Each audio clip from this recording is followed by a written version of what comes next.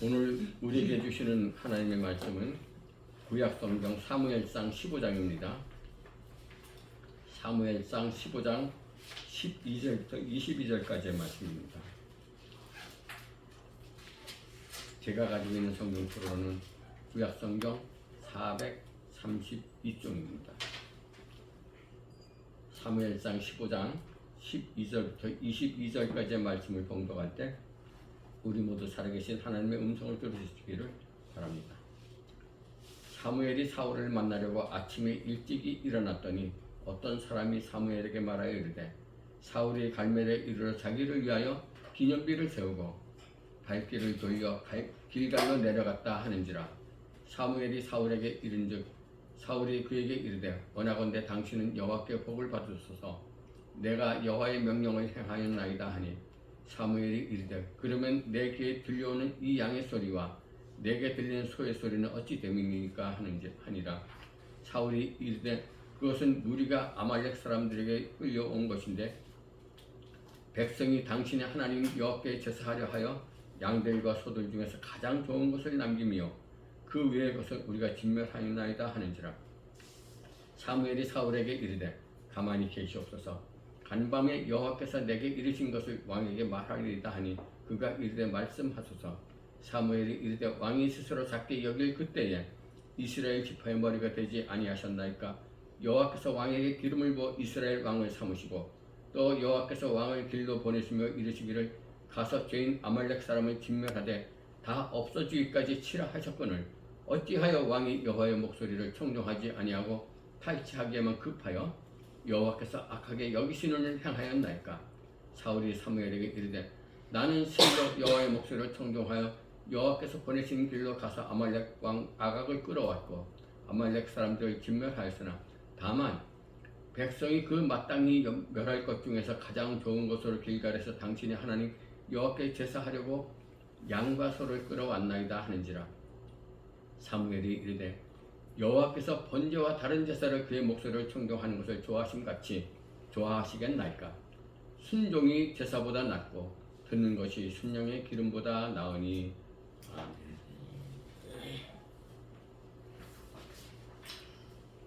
기도하겠습니다. 하나님 아버지 감사합니다. 오늘도 주님의 말씀 허락하여 주셔서 이렇게 전할 수 있도록 도와주시며 감사드립니다. 성령님께서 함께하여 주셔서 부족한 종을 붙잡아 주시고 온전한 말씀으로 전할 수 있도록 인도하여 주시옵소서. 예수 그리스도 이름으로 기도드립니다. 사사기 마지막 절에 보면은 이런 이야기가 있습니다. 사사 시대의 이스라엘 백성들은 모세를 통해서 선포된 하나님의 법과 말씀을 떠나서 이방과 섞여서 우상을 숭배하고 살면서 자기 각자의 생각에 옳은 대로 여기는 대로 살았다고 기술하고 있습니다. 그러면서 이스라엘 백성이 이스라엘에도 다른 나라처럼 왕이 나와서 통치하기를 하나님께 간절히 원합니다.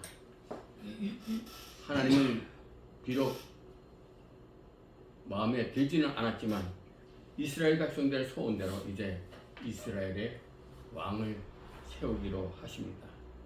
그리고 이스라엘의 초대 왕으로 베냐민 지파의 사울을 세우십니다. 사울이 이스라엘의 초대 왕으로 선택될 때 사울의 모습은 그렇게 변변하지 못했습니다. 그래서 본인도 있을 수 없는 일이라고 사무엘상 9장에 말씀합니다. 이스라엘 12지파 중에서 가장 힘없는 막내 지파고 나귀와 소를 키우며 밭에서 일을 했던 사울이었습니다. 그래서 백성들도 사울을 무시하고 조롱합니다. 하지만 하나님께서는 그런 사울을 들어주셨습니다. 하나님의 영으로 강력하게 임재하십니다. 사울이 거부하면서 뒤로 물러나도 백성들이 조롱을 해도 성령님께서 강하게 임하십니다. 그리고 사울에게 힘이 되어주십니다. 하나님께서 사울의 유일한 소망이요 유일한 기쁨이 되어주셨습니다. 바로 이때 암몬이 이스라엘의 야베스 지역을 침략합니다. 야베스 사람들이 도움을 요청했지만 아무도 나서질 않습니다. 근데 사울이 나섭니다. 저는 비록 보잘것없는 사람입니다. 나는 지도자 깜냥도 못 됩니다. 이렇게 말했던 사울이 어떻게 감히 나서게 됐을까요? 바로 하나님께서 함께 하심을 믿었기 때문입니다. 하나님으로 인해서 힘을 얻었습니다. 하나님을 기뻐하고 하나님을 그 당시만 해도 사울은 기대했습니다. 그래서 하나님께서 사울에게 대승을 선물로 주셨습니다. 그래서 온 백성들이 사울을 이스라엘 왕으로 옹립하자고 지지합니다. 그랬던 사울이 이제 세월이 흘러서 변합니다. 사람은 항상 변하기 마련입니다. 아말렉과의 전쟁을 하게 되는데 하나님께서 아말렉의 모든 소유를 남기지 말고 다 진멸하라고 말씀하십니다. 하지만 사울은 아각 왕과 살찐 소와 양 좋은 것들을 남깁니다. 왕을 죽이지 않고 사로잡은 것은 사울의 공명심 때문입니다. 어떻게 보면 국민들에게 자신의 공적을 자랑하고 과시하기 위했던 것입니다.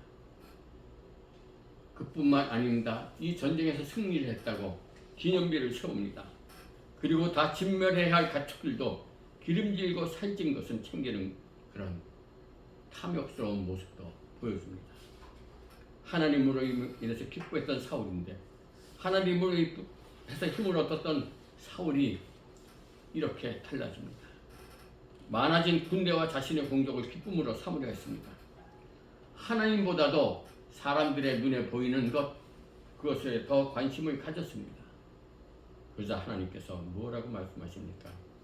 내가 사울을 왕으로 세운 것을 참으로 후회한다고 말씀하십니다. 그리고 사무엘 선지자도 여호와께서 왕을 버려 이스라엘 왕이 되지 못하게 할 것이라고 이어지는 26절에서 말씀하십니다.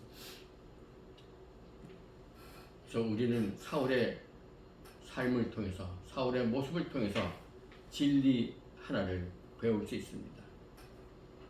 여호와를 기뻐할 때 여호와를 기뻐하는 것이 우리의 힘이 되고 복이 됩니다. 하지만 그 힘과 복은 여호와를 기뻐하지 않을 때는 받은 은총이 다 없어집니다. 느헤미야 8장 10절에서 이렇게 말씀합니다.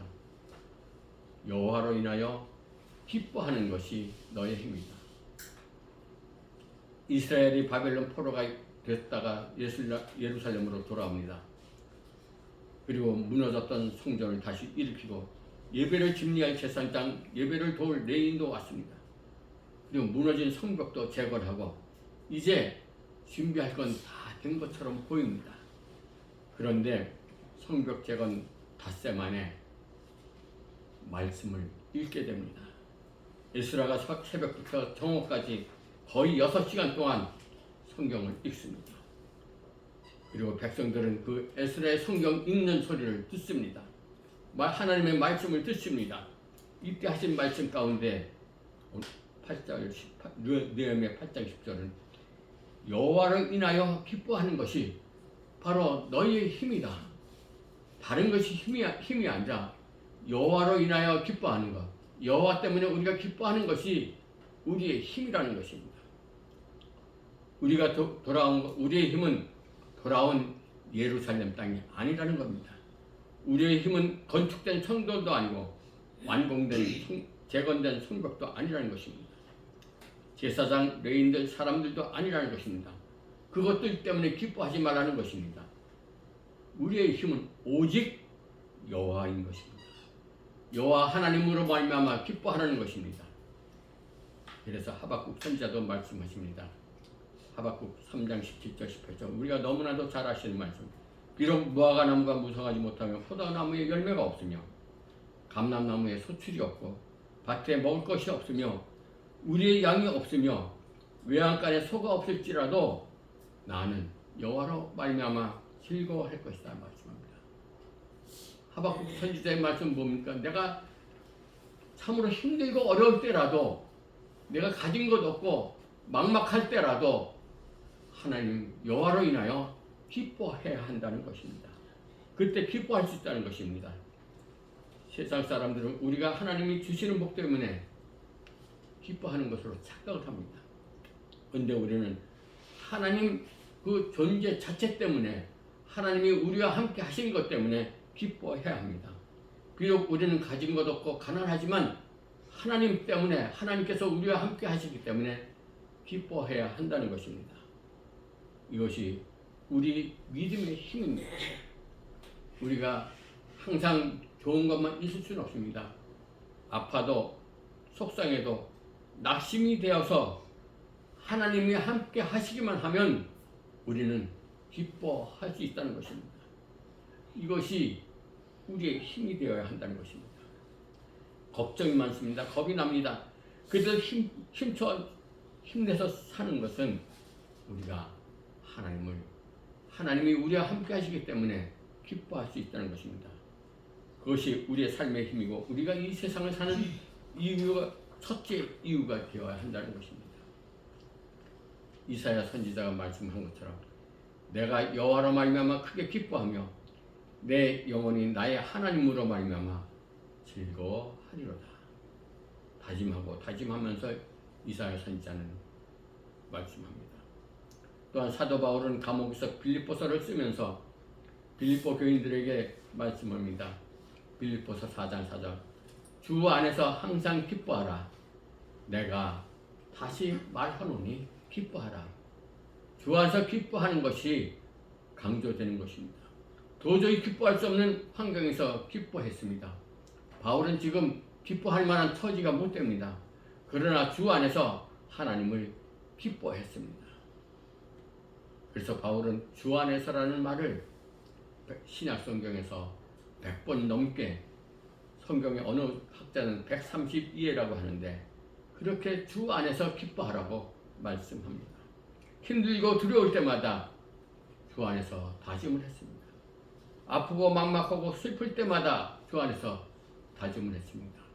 생명의 위기 가운데서도 다짐을 했습니다. 상황을 보면 견딜 수 없는데도 주님과 함께라면, 주 안에서라면 우리가 기뻐할 수 있어야 합니다. 우리에게도 주 안에서의 기쁨, 주로 말미암는 기쁨이 있기를 원합니다. 주님은 우리에게 약속하셨습니다. 시편 37편 4절 여호와를 기뻐하라. 그가 내 마음의 소원을 내게 이루어 주시리라. 여호와를 기뻐하면 우리가 속으로 생각하는 것조차도 하나님께서는 이루어 주신다는 말씀입니다. 근데 사울왕이 좋은 양과 소를 남기자 그것을 보고 사무엘이 책망할 때 사울이 이렇게 변명을 합니다. 이 말씀을 표준세번역은 이렇게 기록하고 있습니다. 군인들이 전리품 가운데서 양떼와 소떼는 죽이지 않고 길갈로 끌어왔습니다. 그러나 그것은 예언자께서 섬기는 주, 다시 말해서 사무엘이 섬기는 주 하나님께 제물로 바치려고 진멸할 질품 가운데서 가장 좋은 것으로 골라온 것입니다. 전쟁에서 승리한 전리품이라고 말합니다. 그런데 전리품은 국가재정이나 군사들에게 나눠주는 것이 통용입니다. 그리고 사울이 말합니다. 자기가 섬기는 하나님, 우리가 섬기는 하나님이 아니라 당신이 섬기는 하나님이라고 말합니다. 하나님께 제물을 드리겠다는 말에 진정성이 없습니다. 사무엘이 그래서 계속 다그치자 이렇게 결국은 변명합니다. 내가 여호와의 명령과 당신의 말씀을 어긴 것은 내가 백성을 두려워해서 그들의 말을 들었기 때문입니다. 군사들이 요구를 했습니다. 싸움에 승리했으니까 보상을 해달라, 상급을 해달라. 그러자 그들을 두려워해서 재물을 남겼다는 것입니다. 사울왕과 우리가 잘 아는 모세를 비교해보면 너무나도 차이가 납니다. 출애굽할 당시 모세는 나이가 80세였습니다. 어찌 보면 인생으로서 마지막인데 새로운 일을 도전하기에는 너무나도 늦은 나이인데 모세는 사실은 가진 것이 하나도 없습니다. 처가살이를 하면서 장인의 양을 치고 있었습니다. 그렇다고 믿음이 있는 것도 아니었습니다. 모세는 이방 여인과 결혼해서 아들에게 할 일도 시키지 않았습니다. 40년 동안 기본도 안 하고 살았던 그런 모세였습니다. 그럼에도 모세가 다시 꿈을 가지고 도전을 할 수 있었던 것은 모세가 무조건 하나님의 말씀이라면 순종했기 때문입니다. 모세는 하나님께 제사를 드리는 것을 그래서 가장 중요하게 생각했습니다. 모세가 출애굽의 꿈, 이스라엘 지도자의 꿈에 도전하는 목적은 바로 하나님께 제사를 드리는 것이었습니다. 모세는 개인적으로 40년 광야의 생활에서 빠져나오려는 목적이 있었습니다. 이스라엘 전체가 430년 애굽의 수령에서 빠져나오려는 목적도 중요했습니다. 이스라엘 백성들이 너무나도 불쌍했습니다.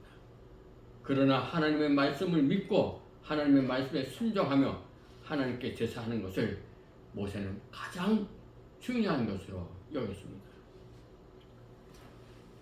모세는 200만, 성경 기록에는 60몇만 명이라고 되어 있는데 그거는 전쟁에 나갈 중장령만 65만 명이라는 것입니다.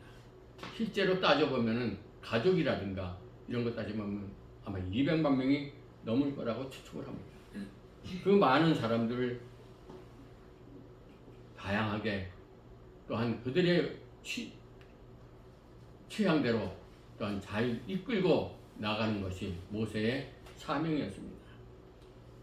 어찌 보면 그들은 자유, 경제, 평화, 건강, 가족, 땅 이런 꿈들이 있었을 것입니다. 하지만 모세는 200명 모두 빠짐없이 공동으로 가져야 할 목적으로 무엇을 생각을 했냐면 자신의 꿈인 하나님께 올바로 제사 드리는 것, 하나님께 올바로 섬기는 것을 가장 우선적으로 생각했던 것입니다. 하나님의 기쁨이 되는 사람, 하나님께 기쁨이 되는 민족이 모세의 꿈의 목적이었습니다. 우리의 꿈은 이런 것이어야 합니다. 내 성공이 곧 하나님의 성공이 되기 때문입니다. 근데 꿈을 이루기 위해서는 하나님께 나아가지만 꿈을 이루고 나면 하나님을 몰라요 하는 사람도 많습니다. 기도할 때는 열심히 기도하는데 그 기도가 이루어지면 외면합니다. 금년도 11월 1일부터 지난 1일부터 다니엘 기도를 시작했는데 그 다니엘 기도의 그 주 강사인 김은호 목사님께서 하신 말씀 중에 이런 말씀이 있습니다. 원래 이 다니엘 기도회가 처음에 만들어질 때 대학 입시를 위해서 학부모들이 모여서 시작했습니다. 그런데 시험이 시작되기 전에는 학부모들이 매일 열심히 기도합니다. 하루도 빠지지 않고 열심히 기도합니다. 그리고 시험 당일에는 자녀들이 시험을 치르는 그 시간에 맞춰서 시험 시작과 동시에 기도하고 또한 쉬는 시간에는 학부모님도 한 10분이나 15분 쉽니다. 그렇게 해서 시험 당일날 아침 일찍부터 시험 끝나는 시간까지 한 7, 8시간을 자기 자녀들과 같이 행동을 한답니다. 그런데 시험이 끝난과 동시에 기도를 그치는 부모가 많다는 것입니다. 시험이 끝나면은 기도는 그만해도 되는 줄 안다는 것입니다. 힘들 때는 주님 도와주세요. 당신만이 나의 힘이시오. 기쁨이십니다. 하지만 그러나 조금 나아지면 기도를 멈춥니다.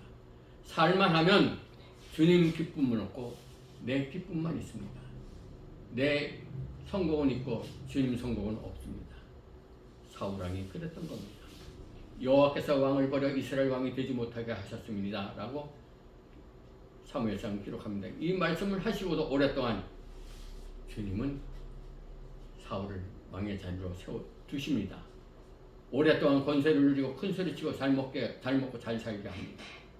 하지만 사울은 아직 왕의 자리에 있지만 실상은 하나님께로부터 버림받은 왕이 됩니다. 곧 쓰러집니다. 우리가 늘 있을 때나 없을 때나 잘 될 때나 안 될 때나 하나님의 꿈이 이루어질 때까지 우리의 꿈이 이루어질 때까지 기도해야 합니다. 하나님을 기쁘게 하는 일이 우리의 첫째 우선순위가 되어야 합니다. 나 때문에 하나님께서 기뻐하시는 우리 하나님의 자녀가 되어야 합니다. 하나님은 더 잘난 사람, 하나님은 당신의 기쁨이 되는 사람을 좋아합니다. 자기가 잘났다고 하는 사람은 결코 하나님은 원하지 않습니다.